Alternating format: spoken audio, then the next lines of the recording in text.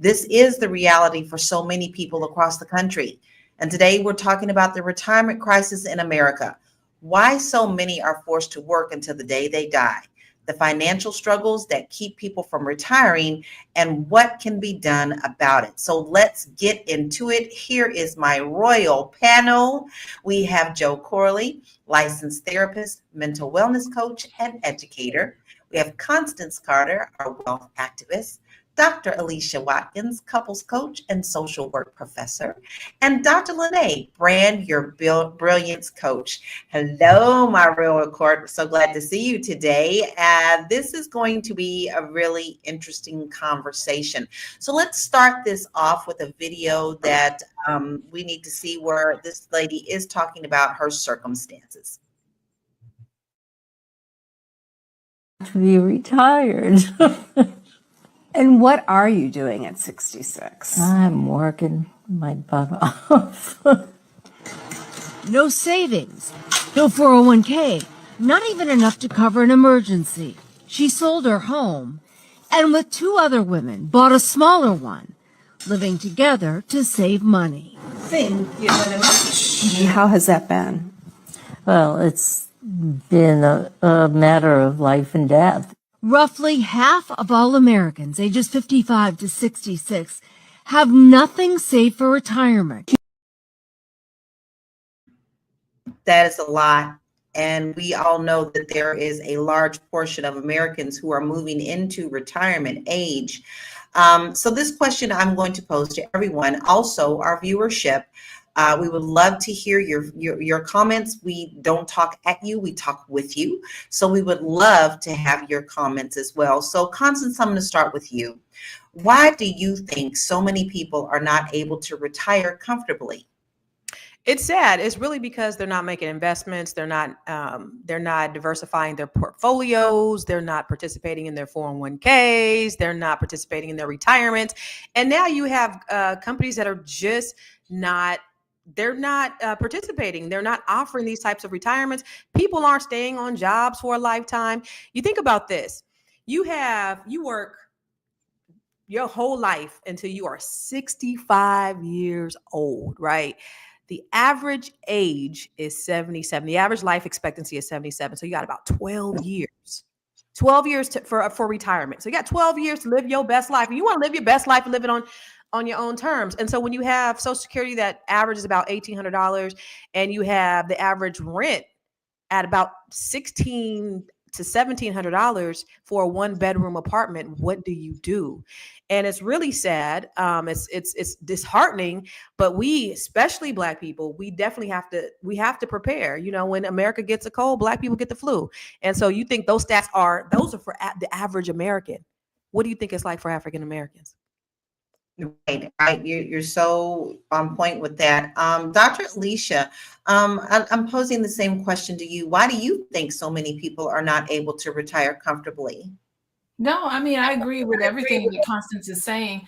Like, you know, some of it is a lack of discipline. I think that's what Constance was talking about. Like, we're spending money on immediate gratificating things now, and we're not thinking about planning for the future. When you start your job, assuming people start their jobs in their early 20s, are you contributing to your 401k? You know, are you contributing the maximum 15% of your salary to 401k? But at the same time, are we making enough money to even think about that? If I'm worried about how I'm going to eat today and paying the mortgage or the rent, I can't think about 15 years from now, and I may think about retirement. So yeah, some of it is lack of discipline, but also some of it is the fact that people just aren't making enough money because they're living paycheck to paycheck and they just don't have it in their budget to put large amounts of money aside so that they can think about retirement.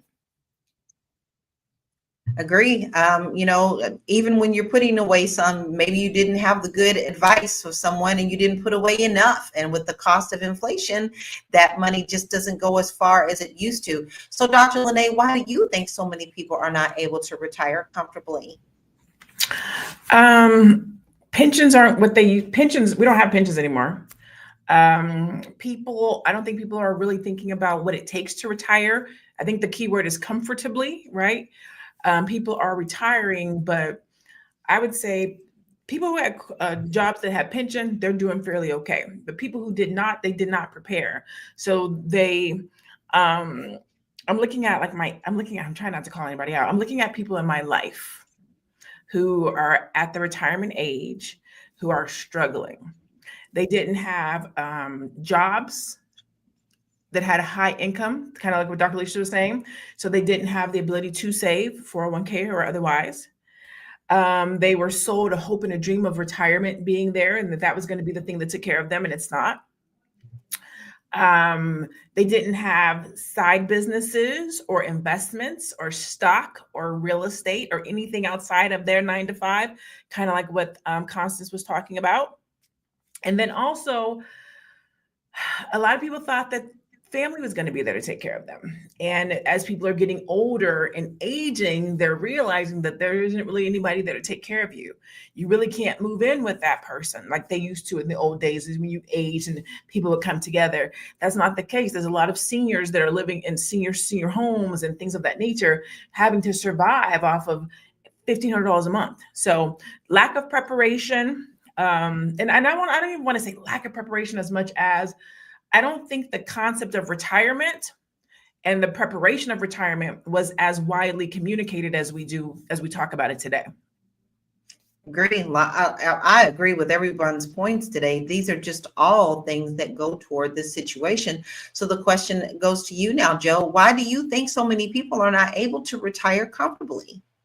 No, I agree with what all the ladies are saying. I feel like that, right now, today, what it requires you to, what kind of money you need to retire is not what it used to be. You could probably get away with, $500,000 to 1.5 million, like in the early 2000s.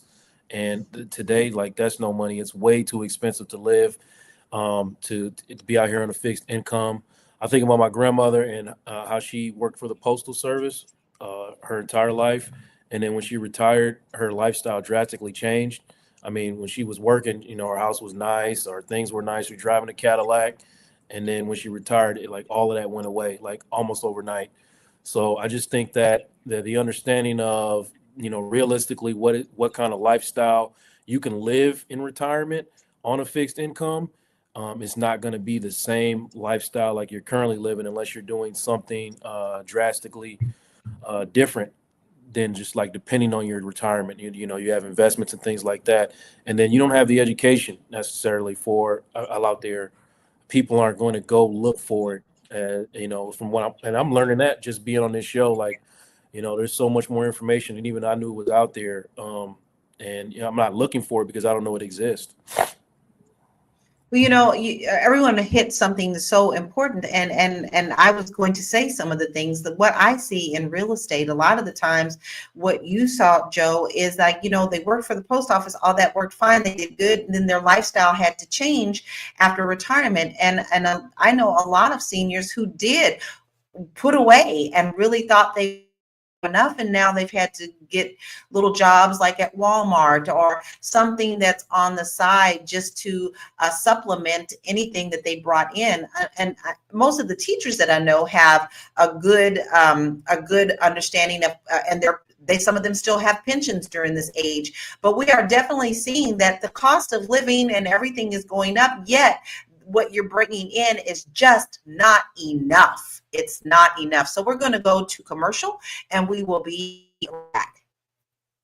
Hey, if you're just tuning in, you are watching Fly Nubian Money, where we help you master your mindset and maximize your money. I am Tierra Williams. I'm also known as Miss Black Hollywood, and I am the proud producer of this show. So I hope that every day when you join us, you leave a little smarter than you came, because that's the point. Otherwise, why are you watching?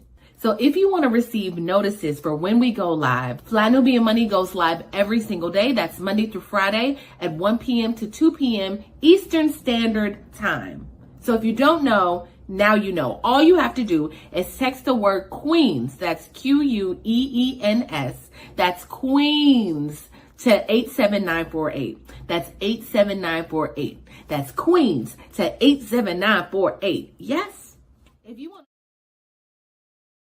Yes, so simple. Make sure that you pull out your little assistant here. This thing does everything. This thing absolutely does everything. All you need to do is text the word Queens, QUEENS, to 87948, and you will get a notification of us going live every day. I get mine every day, even I'm on the show, and I know when we're going live. So, you don't want to miss out, because we definitely are talking about good topics, and especially today when we're tackling something that touches everyone. You may not be thinking about it now, but I can guarantee you that it's touching someone in your life today. Now, I want us to look at a couple of slides that we have, because I found them very interesting. Cost of retirement. 59% of Americans have less than $1,000 saved for retirement, according to a 2020 survey by Go Banking Rates. 40% of Americans are not confident that they will ever be able to retire, according to a 2022 survey by Employee Benefit Research Institute. The average retirement saving for people aged 65 to 74 is just under $300,000. But studies show that most retirees will at least $1 million to retire. Wow, that's hard to swallow. The cost of retirement. 1 in 4 retirees reports working in retirement because they don't have enough money saved up, according to the Bureau of Statistics. And 47% of workers in the U.S. have no retirement savings, and many rely on Social Security. Only replaces about 40% of pre-retirement income. That is saying quite a bit. This is what we are facing in our world. This is what we are facing in America. So I'm going to pose a question to the panel again, and it's going to be a question across the board, but also for you, viewership. I would actually love to know what you are doing to prepare for retirement. Are you doing anything at all? I'm going to start with you, Joe. Have you started preparing for retirement? This is a tough question for me. So, obviously, not to rehash, but I had to fight a legal battle. So most of my retirement money went to that, a good chunk of it, So I'm having to start over at 44 years old, basically trying to figure out how to get back what I lost. And I'm looking for the education. I'm trying to learn and understand. But prior to that, yeah, sure, we had, all types of retirement accounts and things of that nature, getting ready, me and my wife preparing for the day we can sit down. But now that looks different for us. So. And it can change. That's the thing. You may have prepared earlier, and then like you had something come up, and then there you go. You have to start all over again. So it's not that people are being lackadaisical or are not planning. You can't plan for life sometimes. I mean, you just can't. You never know when life is going to come back and smack you upside the head. Constance, what are you doing for retirement? Are you planning? Yeah, my kids is my retirement. Them Negroes going to take care of their mom. No, I'm just kidding. But looking at those statistics, wow. I didn't get the chance to see because I was doing something else before we got on. But wow, people are just drastically underprepared. And America we're going down the toilet. This was supposed to be the greatest nation on earth. And you have those types of statistics. Anyway, sorry, I was just processing all of this because this is just, it's sad. And think about that. And that wasn't even for Black people, right? That was for everybody. So just to think what those statistics are for Black people. But I have several things. I own real estate. I invest my portfolio. It's, I try to diversify. I have money in different things. I invest in different businesses. I invest in, I have a cannabis dispensary. I have money going into, I took a good chunk of my money out the bank and I have it into a vehicle that generates compound interest, because Einstein said compound interest is the 8th wonder of the world. Those who know about it, they earn from it. Those who don't, they pay it, right? So your credit cards, that's compound interest. But if you can put your money in vehicles that generate compounded interest, which accelerates in growth, then you're going to get a greater return on your investment, and it'll help you during your retirement. So, but having a diverse portfolio is extremely important, and that's the reason. That's one of the reasons why the wealth gap is so wide, is because Black people, when we do invest, we're not investing in anything other than our primary homes, which could or could not be an investment, right? We got to start getting in stock and, get on Boyce's stuff and do all the other things to make sure you don't want to have all your eggs in one basket. Mm-hmm, mm-hmm. That's a common misconception that people have, that put it all in the stock market. No, but there's so many other ways that you could diversify, even with $5 a day. I mean, we see a lot of B1 in our comments. Understand this concept. So, Dr. Lene, what are you doing toward your retirement?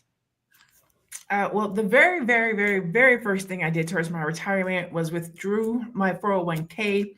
I took $50,000 and started my business. That was the first thing that I did towards my retirement. And then I lost it all when I started my business. But I have since rebuilt it, right? I've been in the process of reading this book. It's not on my desk, called Profit First. And so recently I just went and did the 5 bank accounts, and I have this whole retirement thing set up. And so I've moved a lot of my retirement money over into there, but also diversifying, like Constance said, stock. I'm getting into real estate. We are doing, my company is getting ready to do a 401k for my team. So I'm actually about to bring that into my actual business. My mom is a financial whiz. And so how she's putting her retirement together with her 401k and all of her stuff, and I'm looking at how she's doing it. And she is going to make about $30,000 less a year in retirement than what she makes working. How she put her stuff together, like how she orchestrated. So she already makes multiple 6 figures. And when she retires, she will make the same in retirement. She'll make $30,000 less a year in retirement than she makes right now working her job. So wow. I'm looking at her model too. Like, what did you do and how did you do it? Because I'm looking to retire in 12 years. In 12 years at 60, I want to be done. I want to be done with this part of my life. At 60, I just want to travel the world and teach. And I was going to say teach and preach, but mostly just teach and do. I want a soft life at 60. So I'm already like, what does that look like? $1 million is not enough. That's what I know. Yeah. So and that's what they're saying. Like, yeah. They're saying like that's the average. No. I don't want to sit on my hands. I want money to still be being made. So I'm creating businesses that will operate for themselves when I retire. Yeah. Yeah. And like, they're just saying 1 million today, but going to account for 12 years from now, right?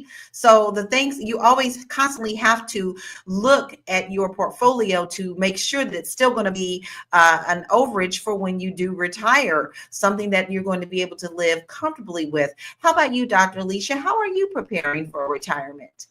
Let me tell you, I'm very fortunate that I have always lived below my means. And that's a fortunate thing to say. I live well below my means. Even when my whole life, I was told, I was given messages that a vehicle is just something that you buy to get you from point A to point B, so it's not like I never felt like I needed to spend a lot of money on material things, and that money, you just spend enough money to take care of your necessary expenses. And then the rest of that you save. So I maxed out my 401k always. And I struggled, especially early on, starting off living in Chicago, working. I really knew, maybe it was just the culture of which I was raised. I don't really know why I was just so big on investing so much money in my retirement. And so that was just something that was instilled in me. I do want to say, Joe and Lene, thank you so much for self-disclosing your struggles, because it is a wonderful illustration about what happens to a lot of us, that we're one tragedy, one illness, one legal issue away from even doing the right thing, and certain things that can happen to us that can set us back. So I really love the vulnerability of you, Joe, for talking about that. And then also saying, you know what, it was a tragic thing, an illness or a law issue that set you back, but your positivity and how you discuss it, and even currently, is very inspiring. Also, you, Dr. Lene, you talked about how you lost money starting your business, but you didn't lose the lesson. It sounds like you have learned so much from that, and that although you lost $50,000, you have this lesson and you're doing some really wonderful things right now in your business. So I think that the two of you sharing was extremely inspiring, especially for people who are listening to this and freaking out mentally and getting stressed out about feeling as if they don't have enough. And then no matter how old you are, it's never too late to start investing. So, And that is something that I think is admirable, in the fact that if you don't talk to people about your life journey, you can't help someone. And the fact that we do that here on the show is important. I will share the fact that no one talked about this in my house growing up. Retirement, what? My mother worked until she had a heart attack and died. So there was no retirement.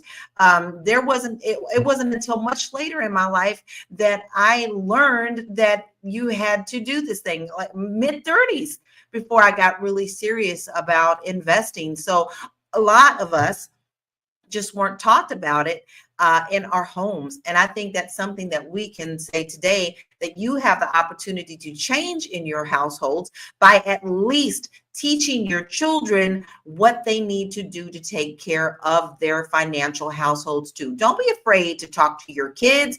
Don't be afraid to, don't be the one that says, what goes on in this house, financial, stay in this house, financial, and then you don't teach them what that means. So we have a lot more conversation to go. I think some more of the stats that we have later are going to it's not, as long as we're talking about them, we can also give solutions. So we'll be right back after this commercial. You want to grow your money and not blow your money, as Constance says, check us out at flynubianmoney.com. There's all kinds of resources, programs, videos, resources. In 2024, there's no reason to be broke when there's information all around us. So get your money right. flynubianmoney.com.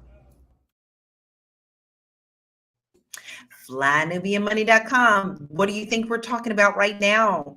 This is where you can get the ABCs 1, 2, 3s. All you have to do is go to NubianMoney.com. We have plenty of resources there. If you confused, this topic scares you, but because money scares people, but we are talking about how you can secure and have an easier time of it if you start now. So if you get your understanding now, you can plan better. So make sure that you go to flynubianmoney.com to get your initial set of instructions and start learning what you need to do to protect your financial house. Now, there are many different ways that we can see things changing for retirement. We've got the housing crisis. We have student loan debts. We have all sorts of things that are swirling around, the discussion about getting rid of Social Security. So how do we look at these things to get a solution for our own household? Because when we start depending on others, that's where our first downfall is. So I'm going to start with you, Constance, with this question. What role does the housing crisis play in the inability to retire? Well, it plays a huge role. You see inflation going up, you see housing prices going up, but you don't see income going up at all. That's a problem. And so people are not living based upon their check. They're living check to check, and they're using their credit cards to survive. So then they get into this insurmountable debt, and then it becomes this snowball effect. And so all of those things are factors. You have the housing crisis. Yeah, you got interest rates. So you got the houses going up and you got the interest rates going up. So the houses aren't even going down. So imagine when the interest rates go down, the housing prices are going to go up even more, because the interest rates didn't even curb the market in a lot of areas. So you got the house prices go up, you got the interest rates going up, you got inflation. I was just talking to my kids this morning, and we were talking about my son's car. And I've either had a hybrid or a electric vehicle, but I put gas in my son's car when I was in California, and it was like $108. I haven't really had to worry about gas in a very, very long time. $108 to put gas in a car, to fill up a tank, is crazy. So it's all of these things that we got to do on a daily basis. When they talk about the cost of eggs, the cost of groceries, I got 3 big head grown ass boys that eat me out of a house and home. I'm going to the grocery store 2 to 3 times a week. I'm not spending no less than $150, $200 every time I go. And then they come up in there talking about ain't no food up in the house because y'all Negroes eat it up. So it's a lot, and a lot of people are suffering. A lot of people are struggling, and it's unfortunate. But that's where we are in America. I don't know what they're gonna do to help though. The government, I don't know. What Yeah, because it's all up in the air. And then currently we have people being put into places in the administration, not to get political, but you have to. You've got people who are being put into positions who they don't know anything about. Ben Carson knew jack shit about the housing market. And the person who's going in now knows jack shit about the housing market. So when you have this mentality of let other people help us out, no, baby, they don't even know what they're doing neither. All they're doing is making sure they take it care of in their wallet. But Dr. Lene, there was a comment that said, what's wrong with working into old age? And I want to bring that in. You said your mother is doing very well about her planning, but is working something that she still wants to do in her retirement? No. So she's going to take a break. She'll be, I think, 66, 67. She's going to take a break. This is her second retirement. So she retired once. And then she wanted to do some different things, some different life stuff happened. So she went back, she went back. She's like, I want another check. So she's in public work. So she went back to work to get another retirement check. So she just had to work for, I think, like 7 years. And then that gave her another check. And so that's how she's been able to go into retirement and almost get paid the same as her working. But she'll be retiring at the end of this year, I believe. And I think she'll be 66, 67, something like that. But there's nothing wrong with working into your old age if you're doing something that you love, right? I look at Dr. George Fraser. That man will hop on a plane and travel to speak, to teach. He loves what he does. If you love what you do, why not do it to the day you die? Cicely Tyson, right? She did it to the day she died. There's work that needs to get done that people love that you can do until the day that you die. It's the labor of work that frustrates people, that people don't want to do, right? You don't want to have to work to pay your bills to the day you die. That's different than finding a profession that you enjoy, setting yourself up financially, and doing a work that you love. The work that I do is not a job. The work that I do is not even work. I enjoy what I do. I show up and I do it every day, and I do it with a smile on my face. It's pleasant. When I say I'm going to retire at 60, I'm going to retire from the hustle of the work that I do. But that is because I have planned to be financially set up. I plan to have X amount of $1 million in retirement. Like, the world and the life that I plan for myself in retirement says I can be done at 60 so that I can go and enjoy different fruits of my labor. I can go and volunteer. I can go and sponsor. I can go and be a philanthropist. I can go and do these other things, but I'm enjoying my life until I die. So I think we don't have to be afraid of working until the day we die. I think it's what type of work we're doing, how we're financially set up, how we've thought about retirement and what that looks like for us. And if you are in your 40s, like I'm 48, you still have time to prepare. You can get a side hustle. You can start a business. You can do real estate. You can invest. There's still ways to retire decently well right now so that you don't have to work until your 80s or 90s or whenever you plan on, going to meet your maker. I agree. And you hit it right, because you know what? I have aunties that are retired, and baby, they're happy that they're retired, but they also don't want to sit home twiddling their thumbs. So they go out and they do extra things. They have little extra jobs just because they want to be around people. They want to feel like they're active. They still enjoy that. But the difference is they do not have to if they don't want to. And there is a huge difference for that. So we have a couple more slides I do want to discuss, because we're diving in deep. And I think it's really important for us to understand these numbers because they are mind blowing. The median retirement savings for Black families is $23,000 compared to, get ready to hold your seats, $150,000 for white families, according to the Economic Policy Institute. Retirement account access. Only 36% of Black workers have access to employer-sponsored retirement plans, compared to 54% of white workers. And Social Security dependency, this is a hot topic, y'all, and it's already been thrown out back and forth. About 45% of Black retirees rely on Social Security for 90% or more of their income during retirement, compared to 30% of white retirees. That is absolutely staggering. A 2022 survey by TIAA found that 56% of Black Americans feel they lack access to financial literacy resources, which hinders their ability to effectively save for retirement. And Black Americans aged 65 and older are 3 times more likely to live in poverty during retirement compared to their white counterparts.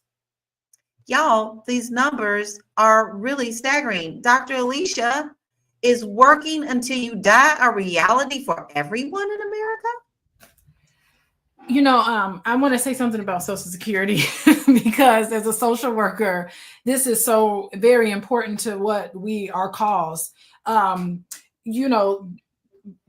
numbers about Black people and Social Security, and the idea of working till you die is a reality because Social Security, a lot of African Americans disproportionately rely on Social Security for retirement, and we know it's not enough to live off of. So people are going to have to supplement their income until they die, so to speak. So, the issue with Social Security is that, I don't know if y'all know, there's 3 legs of retirement. There's Social Security, there's employment issued retirements, and then there's your individual portfolios that you can have, individual stocks or, mutual funds or whatever that you can pay into. And Social Security is the most reliable leg of retirement. We learned this in graduate school. And the thing with Social Security is that it's a social program, but you get out what you get in. It's a pay in out system. And I don't know if you all remember, but there was this idea of making Social Security a lockbox so that individuals who pay into Social Security can be guaranteed that they can get out of. What we also know for African Americans in particular, we pay more into Social Security than we actually withdraw from Social Security because we don't live as long. Number 2, we talk about migrant workers and all of these issues that we kind of dump on an entire group of people, but people don't know that they pay into Social Security, but they never are able to draw out of it. So there's no reason why we should not have enough money to pay out for Social Security. And I think we need to look at politics of that and start really paying attention to that, because Social Security is what lifted a lot of older adults out of poverty. It's something that we need to really think about as Black people to try to strengthen that with government, whoever is in charge. We need to really work to examine those things really closely. And that's the point. We need to examine those. We need to stop putting our heads in the sand. A lot of the times, I have to say, when people try to talk about money, people want to put their heads in the sand and they don't want to discuss it.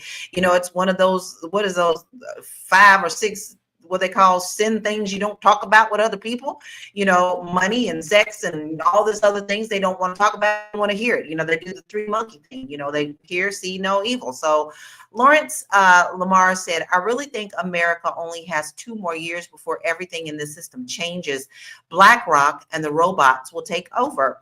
Now, I'm going to throw this in a cogwheel because we do see that there is a lot of AI that is coming in. And we also know for a fact that BlackRock is definitely stepping into places like creating communities, complete communities with beautiful homes. Gorgeous homes. They not for sale, baby. You cannot buy them. They're only for rent. So I'm going to ask you, Joe, that this is something that we are really facing that's going to be a problem toward our retirements. You talking to me, Lala? Yes. You broke up. What'd you say? with BlackRock and AI and all these things, the world is changing aspect of money and what we can own and things of that nature. Do you think this is a real the crisis that we are facing with these new tools? I don't think the crisis changes no matter. Whatever happens. We're always on to something new or doing something different. I think the problem is going to be what it's always been, is that people are dependent upon a government that doesn't care about them. And I'm not talking about just black, I don't think it cares about anybody. And I think, yeah, there's some people involved in government that are hateful and, and racist and whatnot. But I think even more than that, over racism is the probability of keeping your foot on black people's necks. So understanding that, and then we're talking about a culture, you can judge it. I saw a quote one day, something about judging a culture by how it treats its elderly. We don't take care of our old people, So like, Yeah. now the AI is coming in, right? Before that, it was something else, it's always going to be something new. The technological advances are always going to occur, but we still have the same age-old problem from the 1600s. We just don't have a government that gives a shit about us. And if we're dependent upon that, going back to some of the stuff Lene was saying, you working a job until you're old, but you're at the mercy of that job. You're always going to be at the mercy of that job. And I'm not criticizing anybody for doing something they love until the day that they die. And like you said earlier, Lala, you're one tragedy away from that being taken away from you at any moment. So are you prepared? Do you know what exactly you want? Because that is going to determine how prepared you are for the future, not any changes in society or changes in government or any technology advances. None of that is going to matter if you have no idea how you want to spend the rest of your life and what it is that you are going to need in order to do that, or how you're going to support yourself for the rest of your life. That's what you need to be focused on, not what's happening outside. Right. I agree. You do have to pay attention to you. You got to start with yourself. That I often say that on this show. Everything that we do, it starts with yourself. You can't depend on others to do any changes or anything. You have to change yourself. Why do you think many people underestimate how much they need to retire comfortably? Because you just don't know what's going to happen. I mean, this economy is so dynamic, and it goes up and down and up and down. Who knows? But I'm sitting here listening, and I'm looking at those slides. And if you can run them slides real quick. So the median savings for Black families is $23,000 compared to $150,000 for white families, which still is not enough for either, but $23,000. I mean, that's just less than. And so when I look at that, only 36% of Black workers have access to employee-sponsored retirement plans. And then we still don't participate when we do because we just don't know the importance of it. And about 45% of Black retirees rely on Social Security for 90% or more of their income during retirement. That's huge. So, as I'm sitting here listening to this, I'm staring off into space because this is disheartening. Information is disheartening, especially for Black people, especially for somebody who loves Black people, right? And so then I automatically go into solution mode. Okay, what do we do? And this is the reason why how we have these discussions is so important. It's important that we have people like Dr. Joe and Dr. Alicia because we need therapy. Black folks need therapy. It's important that we have people like you, Lala, in real estate because we need to be investing in real estate. It's important that we have you, Dr. Lene, because we need to learn how to be brilliant and build our brilliant businesses. Like, this is all extremely necessary. Everybody on here is necessary. So my hopes is that you're not just listening to this. We're going to talk about solutions, and hopefully, Black people, you actually take action to change the narrative because these statistics are very grim, and I don't know if you really understand the gravity of what we're seeing here, and it's only getting worse if we don't take advantage. When you talked about AI, instead of being afraid of AI, we definitely got to take advantage of it and utilize it for our wealth.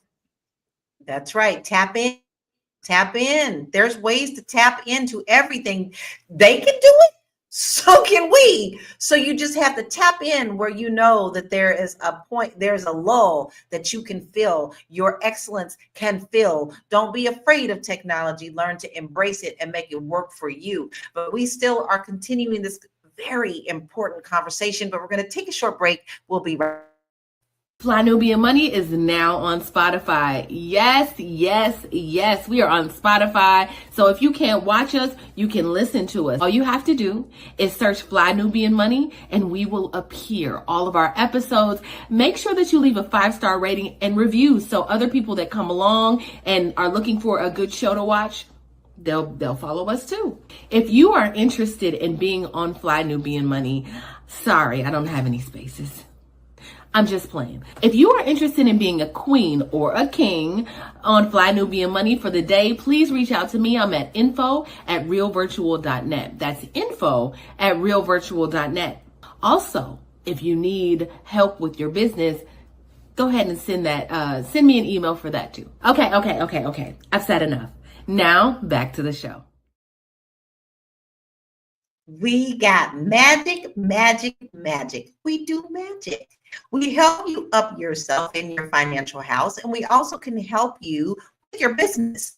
You know, sometimes you spread yourself too thin. You can't do it all. You're working 24/7. Sometimes if you just learn to delegate or you take something off of your plate, it can help you grow when you focus on what's more important for you, the tasks that you need to be doing. So in order to do that, all you have to do is email us at info@realvirtual.net. Let me spell it, info@realvirtual.net. Let us help you. Let us help you up your game. Now, listen, we have another video that I want us to watch because this conversation is really, really good. So let's watch that video. Hey guys, so I was hearing, of course, on TikTok, because that's where we get our news from anyway, right? Somebody was saying how they heard that Congress wants to raise retirement up to 75. 75, y'all? Let me tell you, there's no way. They already told us that they're going to cut Social Security. So what are we working for? I will be retiring in 10 years, if not sooner. I will not be working to pay their salary, because that's pretty much what we would be doing if we worked until 75. They need to down the retirement age back to 55. But yeah, they must think that American people are crazy, because what would make them think that we're going to work until we're 75 years old? Yeah, granted, there are people that are doing that now, but we all don't want to do that. Yeah, we all don't want to do that. So we see that our older generation, and I don't say that lightly, because I'm telling you, the new 50 is you can be 70 and you in the 50s. Like we have changed a lot of things in our lifestyles, but they are facing this. So what do you think is a good retirement age to aim for, Dr. Lene? I literally just asked that question. I don't know. 75, I think, is too old, but 55, I think, is too young. So when I heard that, I was like, 55 is too young to retire. 75 is too old. So maybe like 60, 65. I think what they have it at right now is a good age. I feel like 60, 65 is a good retirement age. You still got a nice 20 years to relax, kick back, enjoy your grandkids, travel the world, still be in good health. 55, like, if I'm being honest, just based on how we live, in your 20s, you don't know what the hell you're doing. Your 30s, you're trying to figure it out. Your 40s, you're implementing. Like, you're actually putting in the work in your 40s. You can't turn around and be done at 55. You still need the 40s and the 50s to kind of grind it out. 65, hang up your cleats and be done with it. But that's what I think. What y'all think? Like, I'm interested to see how other people feel about retirement. I'll be 55 next month. So I think that's a little too early for me. I think a good age for me would be 60, 62. I think that's a personal call. But here's one thing that I do know. When I am on the ships, when I am out on the seas and doing my little thing, singing on the ships, I see people who are elderly and finally enjoying their lives, but they can't because maybe their bodies weren't they used to be, and that they don't even get to enjoy the whole thing. So I don't want to be at a point in my life where my body is breaking down, where I can't enjoy my retirement. So I think that depends on a lot of different things, but I think 62 is a really good age. Dr. Alicia, I noticed you said that it's set in stone. Yeah, there. Back when I was studying this in school, there's a grid. I don't know if anyone can find this, but the legal age of retirement, we've known this a long time, is always going to increase because quality of life and people live longer. They're projecting that people are living longer, and the quality of life is more enhanced. So that's why the legal age of retirement increases. I mean, of course, depending on your financial situation, you can retire whenever you see fit. But in terms of legal age of retirement, where somehow you can draw down retirement benefits without taking a penalty, those things it's a government number that's set. And so I knew a long time ago that the age of retirement was going to shift because there's a chart out there, somewhere out there. I'm sure someone in internet land can find that. And I do want to say something that some of you guys said earlier about elder abuse. Let me tell you, I found in my practice, elder financial abuse, you'd be so surprised how common this is.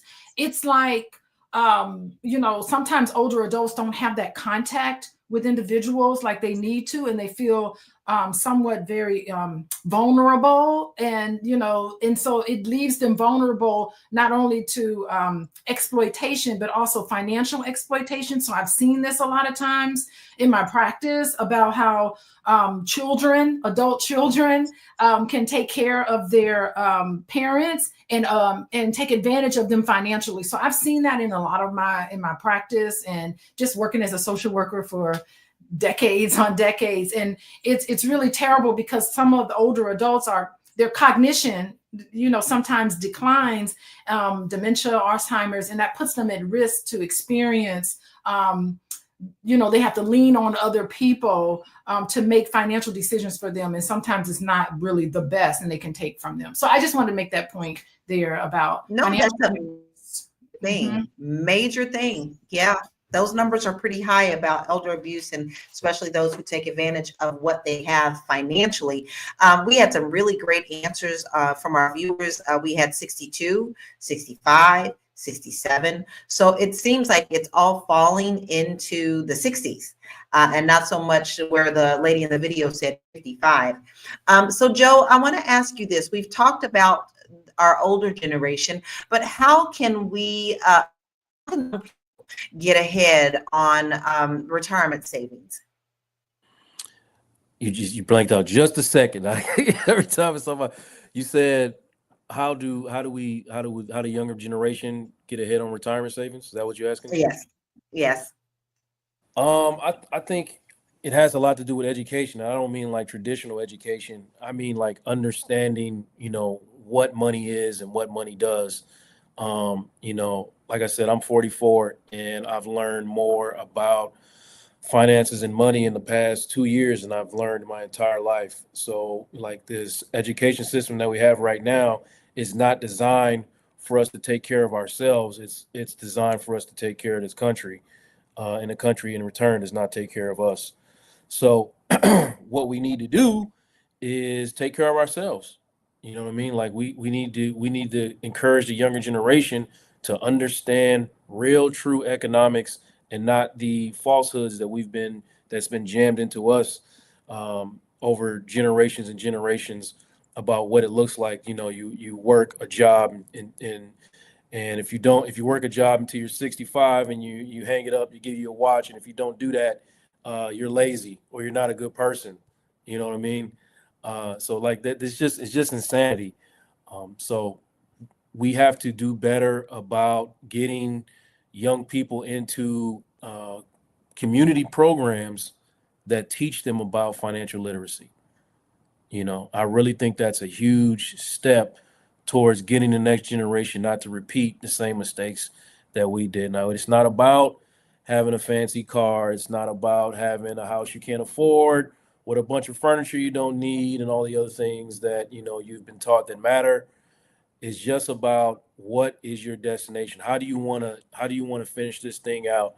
And this is how you're going to get there. So. Well, that brings us to a really good slide that we have prepared for you that talks about wealth gap. The racial wealth gap plays a significant role, with the median wealth for Black households at 24,100 compared to 189,100 for white households, and that's according to the Federal Reserve 2020. This directly affects the ability to save for retirement. If you have to work so hard just to get your bills paid, and it's really hard to even think about putting money away because you need to feed your family, then we have to go back to actually, what is the wealth gap? What are we getting paid? Why is there such a disparaging big gap between that? But that also brings me to another question. Constance, should the government increase Social Security benefits to account for inflation? Sorry about that. Yes, of course, for cost of living. And it's supposed to be according to the cost of living, but it's not, because as I said, your average Social Security benefit is $1,800 a month. And your average rent is $1,600 to $1,800 a month. And how you gonna get food? How you gonna get groceries? How you gonna get gas? How you gonna get your clothes clean? How you gonna pay for your utilities? How you gonna do all the rest of that stuff if you only getting $1,800? And for Social Security, there is a certain amount that is being put in a bank, just like you said, Dr. Alicia, a lockbox, but it's supposed to be put into an account. I'm paying this, but they are borrowing this money and they're using it for wars and everything else. And so we don't have enough money. All the money that we're putting, this is like us putting away a savings account for ourselves for when we retire. And we go to the savings and it ain't there because the federal government is mishandling the money. That is the real problem. And so, yes, there should be an increase in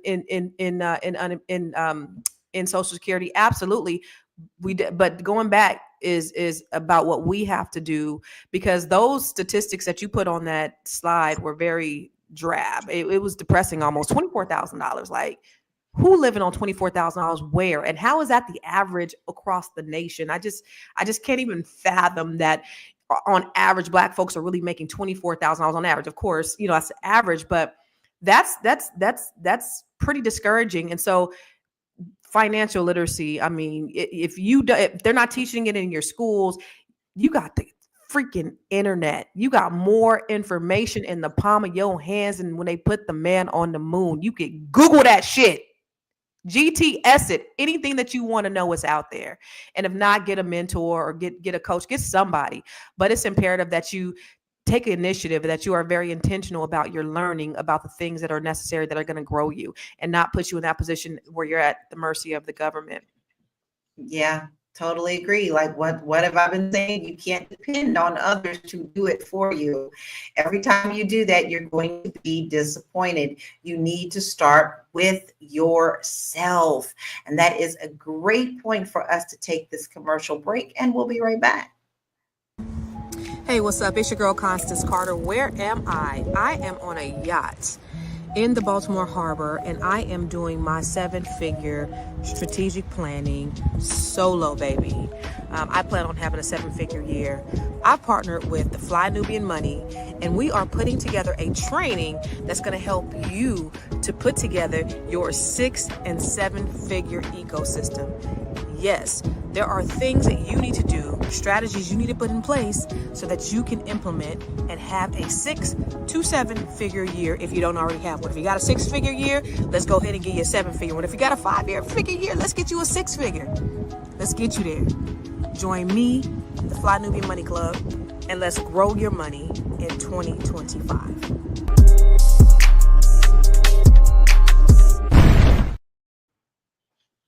Man, Constance, I'm not even gonna step on nothing that you're doing. You tell us what you're doing this weekend. Well, no, but the very topic that we're talking about is the very reason that we need to have these conversations. And this is a free conversation that we getting ready to have on this upcoming Saturday about this very thing. I'm actually talking about, the where we are, where we're going, but how can we curb that? How can we close the wealth gap? How can we change the trajectory of our lives and we start living at least a 6-figure lifestyle, if not a 7? But the topic today, this is why that's so important. But y'all getting a free training. So everybody on here is 400 people on this watching us live right now, and hopefully a few thousand more that's gonna watch it later. Everybody need to be up on that training on Saturday. And guys, it's a free trial period right now. Not only are you going to get all the awesome stuff from Constance, and she's got so much for you. I also did a class a few weeks ago, so you're going to be able to rewatch that. You get double. And this is going to help you. So don't miss out. Go ahead, get on into that free trial. And all you need to do is sign up at flynubianmoneyclub.com. Don't miss out. Don't be the one who's saying, I wish I would have saved for retirement. Don't be the one that sits back and looks and says, I don't have enough money to get through this month. We can help you now if you start now. So make sure you sign up today, flynubianmoneyclub.com. Well, that concludes what our topic is today, although we probably can talk about this for the rest of the week. But I would like to call for final thoughts and where we can find you. We'll start with you, Dr. Alicia. Awesome. Hey, yeah, I mean, I love that we're talking about this topic, and I hope that we continue this conversation. Also, I think one other point I may have wanted to make was that, sometimes it's hard for us. For Black people, we have a healthy cultural paranoia when it comes to financial institutions and relying on advisors. It's a healthy thing because of the history of Black people in money and economics. We have trusted institutions and corporations to help us out, and we find that there's some elements of racism and white supremacy there. So, with all of that in mind, I think that relying on these financial institutions and advisors, I think developing relationships with people that we trust. And I think that's why it's so important. I love what Constance is talking about, and everything on Fly Nubian Money is that hopefully we can be trusted source of information and avenues of which to understand the unique struggles that Black people are facing. If you want to work with me, you can contact me at Coaching with Dr. Alicia. Follow me on Instagram, Coaching with Dr. Alicia. You got your homework assignment. She made it very easy. You want to make sure that you go to her website, check out all of her resources, because I always tell everybody you got to stock and chicken talk, every last one of us. We got some good stuff for you. Joe, what is your final thoughts and where can we find you? Cool. Listen, in the words of Tony, it's whatever you want. That's what you got to go. You got to judge every move you make based on whatever you want. As a therapist, I constantly deal in reality. I'm always having to push reality in people's faces. How old are you? Okay. What is the destination that you want to get to when you finally get a chance to sit down? Do you want to sit down? Are you able to sit down? Do you want to work for somebody for the rest of your life and accept the risk of that? And that's a cool thing too. Or do you want to step off the porch and try to conduct your own business and, take things into your own hands a little bit? All of those things come into play. Whatever you want, then you can determine how much sacrifice is going to take for you to get whatever you want. And then you can make changes, the necessary changes in order to improve your life or secure your life for the future. And, hear me say it over and over again. If you're not changing it, you are choosing it. You can't look for anybody to come help. And if they do help, that's a great thing. That's a bonus. That's a plus. But typically nobody's coming to help. So you're going to have to make decisions that advance your life and secure your life and secure your future. And to start talking about making those things happen for yourself, you can reach me at realuconsulting.com or follow me on all socials. My name is Joe Corley, and I am here for you. All you got to do is just say, hey, Joe. And go ahead and get your appointment with him at realuconsulting.com. Make sure that you also follow him on social media. Constance, what are your final thoughts and where can hold on, Lala. I'm sorry. Tierra gonna kill me. We're going on tonight. Again, Tuesday night. Vulnerability is a new sexy. Please join me tonight, 7 p.m. Central Time. We're just gonna be talking about things to adjust for the new year, understanding resolutions and what it's looking like for people out there. So come join me tonight. Sorry to interrupt. Mark your calendars. Go ahead, get your dinner, get your popcorn if that's what your dinner time is, and sit down and watch. Okay, that's your assignment. Okay, Constant, now it's your turn, ma'am. I just want to say that this conversation really got me in my feelings. Just looking at those statistics and seeing where we are. I mean, of course, this is my life's work, right? But as a person who is in the field and a person that loves Black people and want to see us do better, and always thinking of ways that that we can combat what's been put in front of us. We know the reasons why. We know about all of the systemic issues and the trauma that we faced as Black people. But at this point, we could either be part of the problem or be a part of the solution. And so what is the solution? We have to start having conversations with our families about finances. We got to start learning more about finances. We have to start investing our money in other things. You can pick up your phone and get an Acorns account and then start just putting just change. Acorns, just change, and then it'll start investing in the stock market for you. For the people who are not really familiar with stock, and it'll be money that you don't even miss. I save $30,000 a year just in Acorns, just in investing my change. Like, there's things that you can really do to just put away something, to do something to move the needle. It's not about making a huge change. How do you eat an elephant? One bite at a time. And so it's those little things, the little wins that we can do, the little things that we can do to create a snowball effect, to create a change and transformation in our lives. That's what I want, but we have to be intentional about the change. And this is the reason why these conversations are so uberly important for us Black people, because we got to change the dynamic of where we're going. The $24,000 yearly net worth for Black people is crazy. I don't know who's living on that. You spending that on gas a year, let alone what can you really buy with $24,000 a year? So I just want us just to be intentional about talking about financial literacy, getting on our devices and learning about financial literacy, and then coming together and taking whatever training that's free, Google University, everything. There's so much information out there that there's no reason why we should still be in the same situation that we've been in the past. There's no reason. They didn't fucked around and gave us the internet, y'all. There's no reason. But where can you find me? Everywhere. I am Constance Carter. I work with Black women to help them to build wealth. I have a new book coming out with the Net 7 Collective. It's called Unbreakable, and it's a collection of stories of survival, success, and sisterhood, where we are talking about our stories and how we've been able to stand on our stories to create power and generational wealth for ourselves and our families. And the new Net 7 Collective is coming up at the end of the month. So if you are a Black woman or a Black woman, have them hit me up. Go to bookwithconstance.com. She gave you all the assignments. I hope you wrote them all down, because she is one busy lady. Okay, she is one busy queen. But here's the thing. She is willing to share this information with you. So you don't have to say you don't have someone to help you get the resources that you need to get yourself leveled up.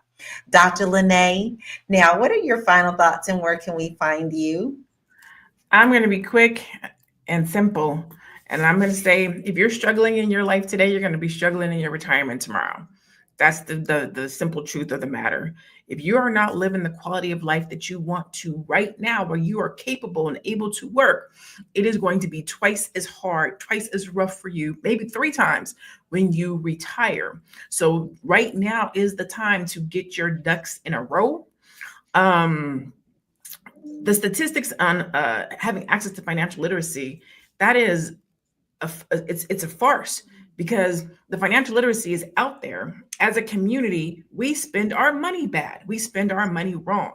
And then when life happens and we end up in retirement, we're like, what happened? What happened is you didn't get prepared. So we need to get prepared right here, right now, today. There's too much, like Constance was saying, we have access to too much technology, to too much information, to too much knowledge. You might not be able to get inside of somebody's classroom, but there's Google, there's YouTube, there's so much information around financial literacy. You can invest in something. She was talking about Acorns, real estate, stocks, somebody else's business, start a side hustle, start a business that's just for your retirement. It doesn't have to replace your income, but maybe it makes $20,000 a year, $40,000 a year, $50,000 a year, something that you can add to your Social Security. We have the ability to make sure that we retire well. We can live better in retirement than we live right now if we take the time to put ourselves into a position to do that. So that's my charge. When we see numbers like that, $24,000, that's for people working. So what is it gonna look like when people retire? Like, that's sad.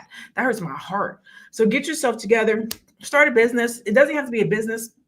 It could be anything. It could be real estate. It could be acorns. It could be stocks. It could be just do something. Do something. Okay. I'm Dr. Lene Javette. You can find me at I am Dr. Lene Javette right there. Boop, boop, boop. That's it. That's all I got for today. Do something. That's right. But she even got a little point hand. So you don't really need to know anything other than that point hand is going to direct you to where you need to be. All right. So here's my thing. You're always going to hear me say this. You need to start somewhere, and that somewhere is with you. If we have said something today that has struck a chord with you, maybe it made you feel uncomfortable. Maybe you were like, this is not something we want to talk about. Then we have hit the right chord for you to play. That means that is something that you have to look at in your life. We've hit that pain point. Let us help you get to the right place. And you do have to look at things whether they look pretty or not. So face them. Face the monster in the mirror, because you can conquer that. And you can find me and all of my free resources at bit.ly/Laura Key Info. And I have a lot of resources there for you, and even a goal setting chart for you. So go there and go ahead and download that. We've given you all great resources to level up. All right. So we have had such a wonderful conversation today, a good conversation. And it's an important reminder to just how crucial it is to plan ahead for your future. The retirement crisis is real, and the numbers don't lie. Millions of Americans are facing a future where they'll have to work far beyond the age they expected. It's vital to start thinking about retirement as early as possible and make adjustments to our financial habits if we want a future of freedom and security. Let's keep the conversation going. What steps are you taking to ensure that you can retire when the time comes? Thank you so much for tuning in. We appreciate all of you. We know that some of you are here every single day, and we love you. We know that you could be doing something else. You could be somewhere else, but you chose to take the time to spend with us today and to level up your thinking. So until tomorrow, 1 p.m. Eastern Standard Time, thanks for tuning in to Fly Nubian Money, and we'll see you tomorrow. Peace out.